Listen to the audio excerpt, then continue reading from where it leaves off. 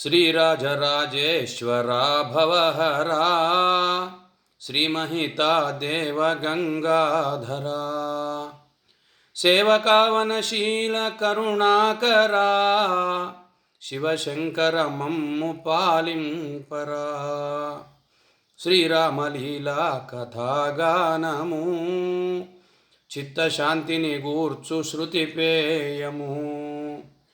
వినుడు సజ్జనులారయన వరతము వీనుల విందైన శుభచరితము మాననీయము చూడ నరజన్మము మధురమైనది పుణ్యముల పుంజము సుజ్ఞానము లేక నిధి వ్యర్థము సుఖముల నాశింపగా నరకము సద్గతి సాధింపు మోసోదరా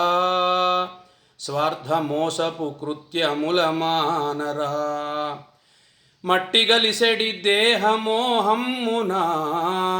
మదమత్తుడవైతివి జగమునా నీ కొరకే రాముడు దయించెరా